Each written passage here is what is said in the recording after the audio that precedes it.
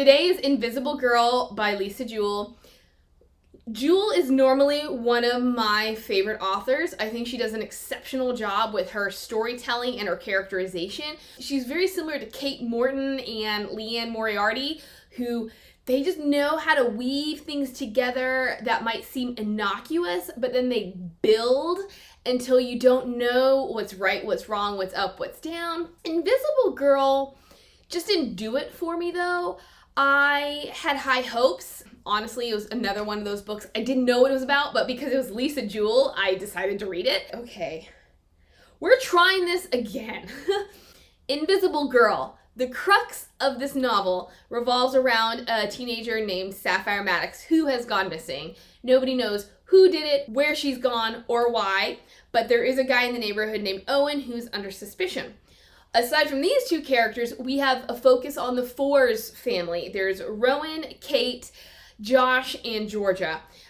Rowan and Kate, they've got some bad juju going on in their marriage. There have been suspicions of infidelity in the past, and now they're just trying to work through things. All of these characters, though, weave together. So now we're just gonna get into it. Saffyre had been molested when she was a young girl, molested by another kid in the schoolyard, and because of that, she had begun cutting herself, self-harming, and so she is sent to Rowan, who is a child psychologist. She sees him for a number of years, and she forms this, in my opinion, unhealthy attachment to him. She doesn't have the best home life herself. Her mom has died. I forget what happened to her dad, but she's living with her uncle and her grandfather. And it's not like that's an unhealthy situation, but she, in a sense, has nowhere to turn, nobody to talk to, because she refuses to talk to them. So she is now seeing Rowan, and she forms this attachment to him.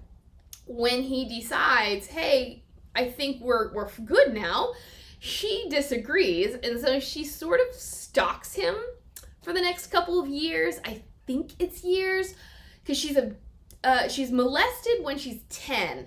I think she starts seeing him when she's 13-ish. She's around 16 when she goes missing.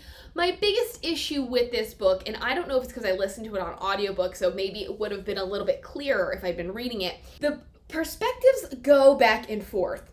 Normally, I don't mind if we go back and forth in time.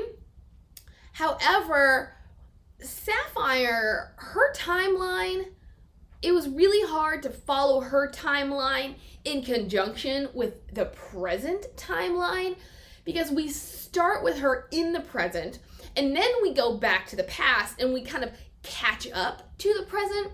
And then Owen, because the novel starts with Kate. Well, actually, no, it starts with Saffyre, but then it goes to Kate. When we get to Owen, we are backtracking, not necessarily as far back as Saffyre, but we are backtracking to, I don't even know what day, what point in time it is.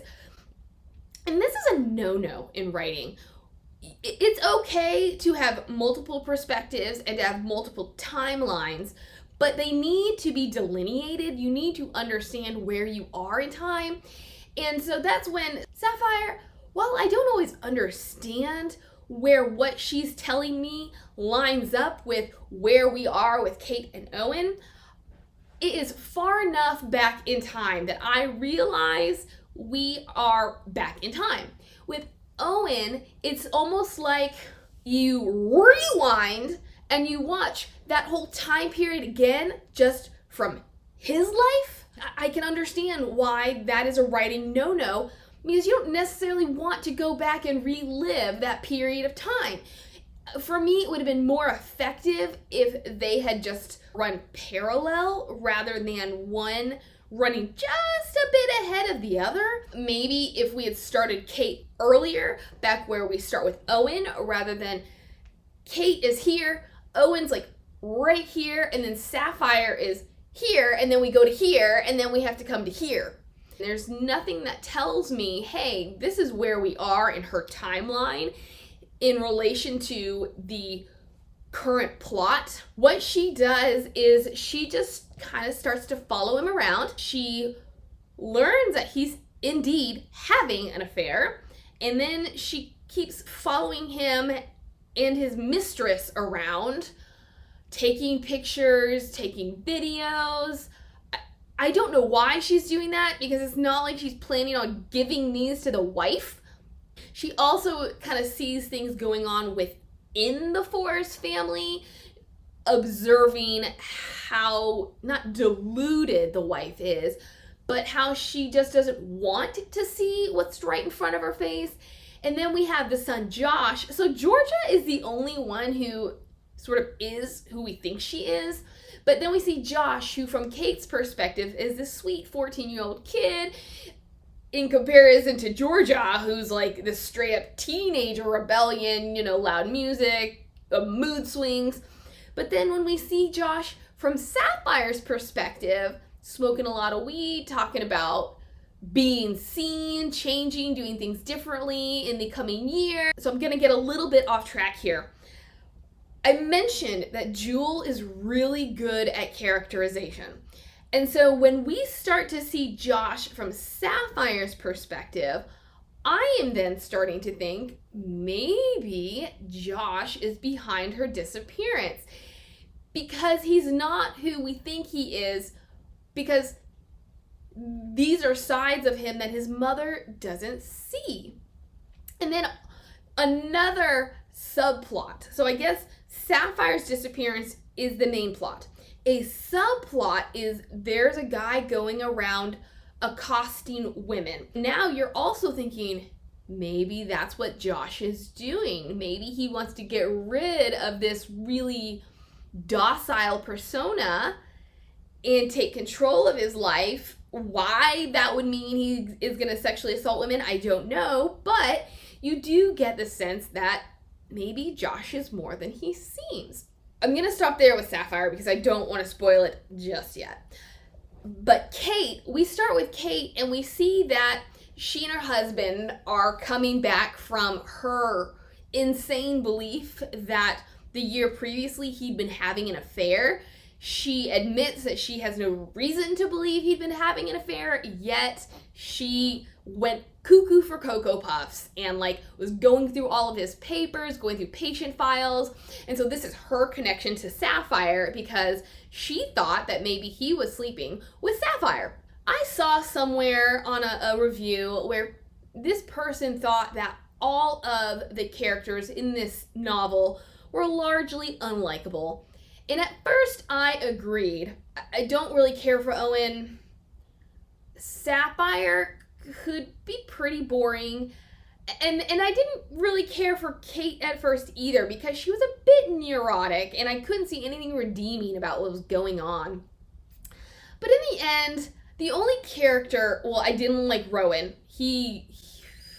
We'll get to that. Which, when listening to this, so reading the book, Rowan's name, because Jewell is British, it is spelled R-O-A-N, like Roan, like the color. But listening, it is pronounced Rowan. So going from Rowan to Owen, I thought maybe I was just mishearing it. And so Owen's perspective is actually Rowan's perspective, but then obviously they don't line up. So I quickly learned they're two different guys. But that is just a lesson in writing where don't make names too similar. Anyways, Kate, we see her trying to trust Rowan. We see her trying to corral her children. We see her basically just trying to get through life. So it's not that she's unlikable, she's just boring until about the end. But that is the theme for this novel. This novel was really boring. Nothing was happening until about the 1 or the 3/4 mark, about 75% of the way through the novel, when we started closing in on what actually happened to Sapphire. And at that point is when Kate got interesting for me, because she started to put pieces together. Like, she found some clothing in Josh's closet that was suspicious to her. And so then she is approached by Sapphire's uncle, who says, I found this piece of paper with a list of names and dates on it in her pants pocket. your son is named Josh. Do you know why his name would be on this piece of paper? And so now she's like lining up dates for the sexual assaults with the dates on the paper. And then there's all these names on the paper. And she's like, are my husband and son involved? Because Rowan's name was on the paper as well. That's when she started to get interesting to me, because I guess in a sense she became proactive. She did something, like she had thoughts and a mindset that made her intriguing.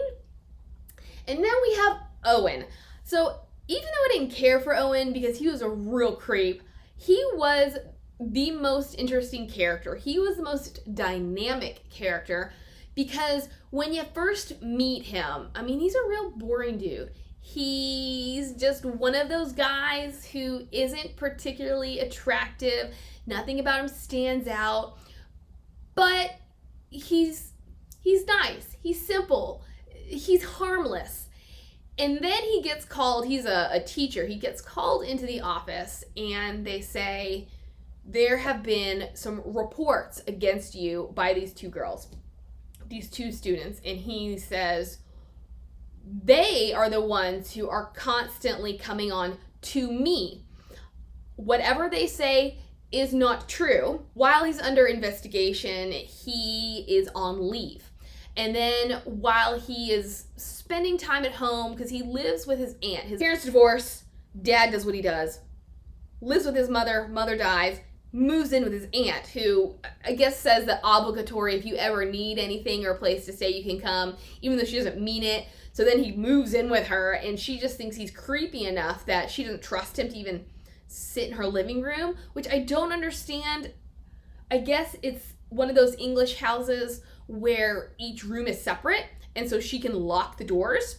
He has nothing but time on his hands, and so incel stands for involuntarily celibate, which means you're not having sex not because you're choosing to, but because nobody's letting you sleep with them. So he had somehow gotten involved with an incel website, and there was this guy named Bryn on there. Now, I don't remember if this is actually part of the dust jacket or if this was just somebody's synopsis on Goodreads. But they made Bryn sound like a really important figure, and I actually thought Bryn was a female. Bryn is a man, and Bryn has all these opinions. He's incredibly passionate about this whole incel community. He blames women and other men for his and other incels' inability to have sex. Owen, in many ways, not agrees, but he's intrigued by what Bryn has to say. He reaches out to Bryn, they meet up, and then he realizes Bryn is not the kind of person he wants to associate himself with. Owen, not that he's a bad looking guy, but he's not a great looking guy, but he tries to keep himself together, whereas Bryn's a creep. Bryn starts spouting off this ideology, which essentially revolves around drugging women and then raping them in order to get them pregnant with the incel's child, because what the man wants to do, the establishment, the whoever wants,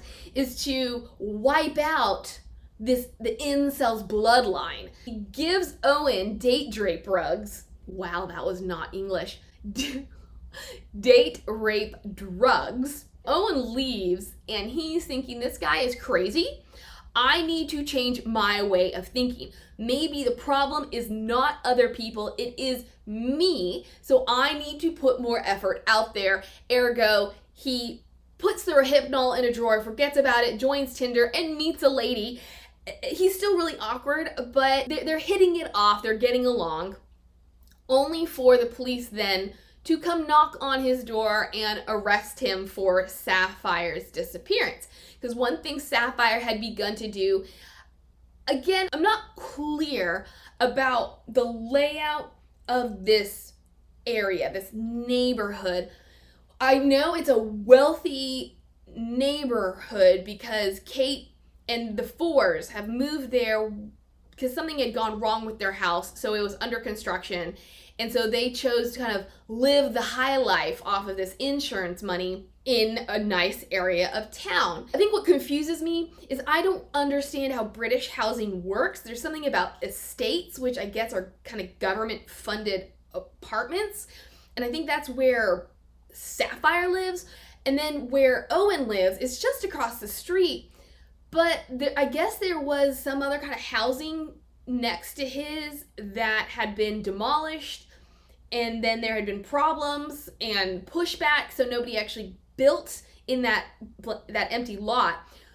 So Sapphire had taken to sleeping there at night. So it's right outside of his window. So there are traces of her blood is there, her phone case, like there's traces of her outside of his window. They find the evidence of all the incel activity. And so they arrest him, and he's in jail for about a week. And this book feels like it takes much longer because we keep going back in time, because Owen and Kate's timelines don't match up. Owen is in jail for Sapphire's disappearance. I think he's also under suspicion for all of the sexual assaults in the area. Through him, we kind of start to wonder if maybe he's not as innocent as we think, because the police unearth another student who had accused him of being inappropriate. They find a woman on the street who he'd had an incident with because he had been coming home from a date with his girlfriend, and they'd had one of those things where the woman hadn't been paying attention because she was looking at her phone, and so they had that thing where, you each step in front of each other. When they finally are able to go around each other, she says something mean, so he replies with something derogatory. Then, of course, her story is that he would not let her get past him, and then he was rude to her. So we have all these little pieces. We're starting to realize that maybe when he gets drunk, he actually does do all of these things that people or his students are accusing him of. So if he's able to do things that are out of character and he can't remember, perhaps he did something to Saffyre Maddox, because the night she went missing, he'd been drunk. He'd come home from a date, he'd had too much to drink. It was Valentine's Day. You're starting to wonder if maybe what we're seeing from Owen is a facade of some sort. And then we get a lot about Rowan, largely from Sapphire, because she's stalking him. We're learning that he's not who we think he is. He seems to be this mild-mannered, kind of trendy psychologist, but he has been having an affair for X amount of time. At the end, here's what happens. It was such an anticlimactic ending. On one hand, I liked it because it wasn't what I was expecting, but on the other hand, I was like, that's it? Because we had so many great characters that we could have blamed it on, and then we get what we get. Valentine's Day, the woman that Rowan had been having an affair with had sent him a Valentine's card, essentially saying, leave your wife or I'm gonna kill myself. He and his wife go off to have dinner. The woman, Alicia, shows up at the house. She's causing a ruckus. Josh, who had learned about the affair because he had seen the card, is like, you need to leave. So she goes away, but then she comes back. So Josh had called Sapphire because they'd finally met and they'd connected, which I'll get into a little bit of. This is how Sapphire comes to be near the house. Owen comes back from his date and she's like, Owen, hoist me up onto your roof, which is how her footprints got onto the roof. And so she's videoing when Alicia comes back and is interacting with Rowan, who gets extremely violent with her, and he hits her. Alicia is leaving, but Sapphire wants to, I don't know why. Sapphire, like, the girl has balls of steel. She wants to catch up with Alicia to make sure, I think Alicia was okay. But then she runs into the person who has been sexually assaulting the women. And this person turns out to be the guy who had assaulted her when she was a child, and his name is Harrison John. And this is a storyline I thought was underdeveloped because it was so pivotal to Sapphire's story, to Sapphire's life, yet we really get nothing of it. We learn early on somebody had done something to her when she was 10. We could have assumed that there was some sort of molestation, but we don't know, and she won't even tell Rowan. She doesn't tell anybody until she meets Josh, which to me is so random. I guess in a sense, she knows him, but he doesn't know her because he doesn't know she's been spying on him. So maybe that's why she felt so comfortable telling him. It doesn't make sense to me. But so she tells him, look, this is what's going on. And so then they team up to catch Harrison in the act of assaulting women. And so then when she gets off the roof to follow Alicia, she runs into Harrison. We don't necessarily know it's Harrison yet, but it is. Her goal had been revenge. She breaks his fingers, she threatens him, then he is actually getting the upper hand until Alicia knocks him out. This right here is Sapphire's disappearance story. She's afraid that Harrison is going to come after her, so she hides out at Alicia's for 2 weeks. A woman she doesn't know, a woman who doesn't know her. She knows Alicia because she's been stalking Rowan for X number of years or months or weeks or however long it is. So if I saw a girl in need, yes, I would come to her rescue. But would I take her home with me? Absolutely not. Would I let her stay in my apartment for 2 weeks? Absolutely not. It doesn't make sense. I'm assuming, I think, I kind of tuned out the story sometimes, but I'm assuming that Sapphire told her about how she knows who she is, and this is why Alicia trusted her enough to leave her at her apartment. Sapphire is now depending, she does contact Josh, and this is how Owen gets released from prison, from jail, is because Josh eventually fesses up to Kate, because Kate confronts him about the weird smelling clothes in his closet, and then how those clothes then ended up on Rowan because they had been Rowan's running clothes. She confronts Josh. Josh admits sort of what's going on. They go to the police. He tells the police Owen had nothing to do with it. Owen is released. But Sapphire is relying, she's dependent upon Josh, a guy she barely knows, to continue stalking Harrison John for her in order to prove that he is the one behind the sex attacks. From there, I guess now knowing if she'd see something about Harrison in the paper, she would know it's safe to come out of hiding. Even though she saw Owen in the paper being accused of her disappearance and or murder, yet she does not come to his rescue? Absurd. Overall, this book was just absurd. First, because it was really slow.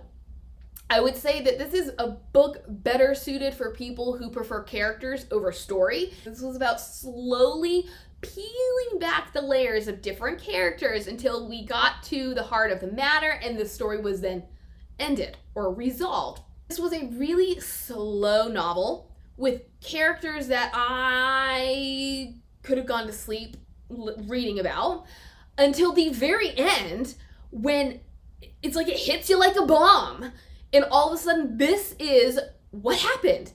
And I'm just like, what? And then the police arrest Harrison. They find enough evidence to pin some of these sexual assaults on him. However, we get almost this epilogue type couple chapters that tell us everything is well and good. But there's more to the story than we thought, more to the story than honestly I cared to hear about, and that is Rowan is even more not what he seemed, because something about watching him hit Alicia didn't sit well with Sapphire. It's alluded that all of these runs he's going on could actually have been some of these sexual assaults, that Harrison was not responsible for all of the assaults, but that maybe Rowan could have been responsible, or Josh could have been responsible, because Saffyre remembers, and I'm really, really unclear, because Saffyre alludes to telling Josh about what it's like. I'm assuming she means Josh. It could mean Rowan.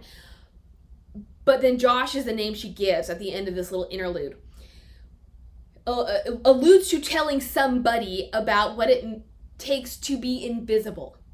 And then the next thing we know, this person is showing up in full out blackout gear, and then they take their balaclava off and it's Josh. However, you get the impression that Rowan has rape fantasies. Not even impression. We are told that Rowan was discovered pleasuring himself to rape stories written by his patients. He does have violent tendencies, and that he's going on all of these really long runs. So I don't know if Josh is the one we're supposed to assume was the other assaulter, or if Rowan was the one who was actually assaulting women. It could have been either or. It's left open-ended, which could have been okay, except it comes out of left field. The story would have been fine without it. Blame everything on Harrison John. I was all right with that, because even though we didn't get much of him, we got enough that made me think this is not a good guy, and he's doing things that he shouldn't be doing, and that nobody's suspecting him because he's just not a major player, because he is stealthy enough to get away with it. On the Harrison John thing, when it comes to how he molests Saffyre, I think I was disappointed by the fact that we don't get more about that, because I was surprised that we don't get more of that. It's told early on that something happened to her when she's 10. So for me, I was waiting to learn what that was. When we do learn, I was expecting to get more into what that means to be molested, especially because Saffyre says she let him do it, and I'm not excusing what he did. I'm trying to understand her mindset because of the way it affected her. So she says she let him do it. Why? He was only maybe 2 years older than her. In retrospect, and in 2020 vision, we do understand that he knew what he was doing. But it's not until the very end of the book that we realize he has a problem, that he has had incidents in the past. So at the moment where we learn how he molested her and that it happened more than once, I'm thinking, or I'm wondering, does he understand what he's doing? Or is he doing something because he's sexually curious? Is this something that he saw somewhere that he assumed Saffyre would like because that's what a man and woman were doing? I thought that the whole molestation subplot was extremely underdeveloped and underrepresented. Why, if Saffyre says she let him do it, is she saying she let him do it because she was 10 years old and she didn't know what else to do? Or I think it would have been better wording if she'd said he'd done it to her, rather than kind of giving the permission. Because the idea that she gave him permission then has me wondering, why then is she carrying it with her for the next 6 years? Why then is what he's doing or he has done caused her to harm herself? Because then obviously that means she was not okay with what he did. So the word let, I think, is just about syntax here. The word let, to me, translates as something different than what the end result was for her mentally and emotionally. We're gonna leave that there.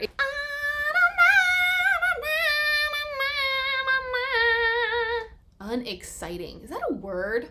That is about it. There's just so much about this novel that wasn't what I wanted it to be, wasn't what I expected from Lisa Jewell, that it's not one that I would recommend.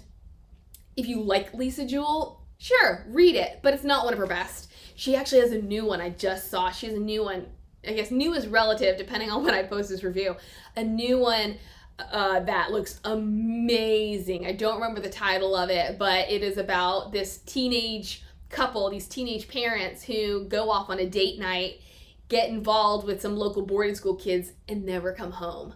It looks really awesome, so I can't wait for that one to come out. So much for high expectations. I should probably curb those. What you gonna do? I will see you later. Bye.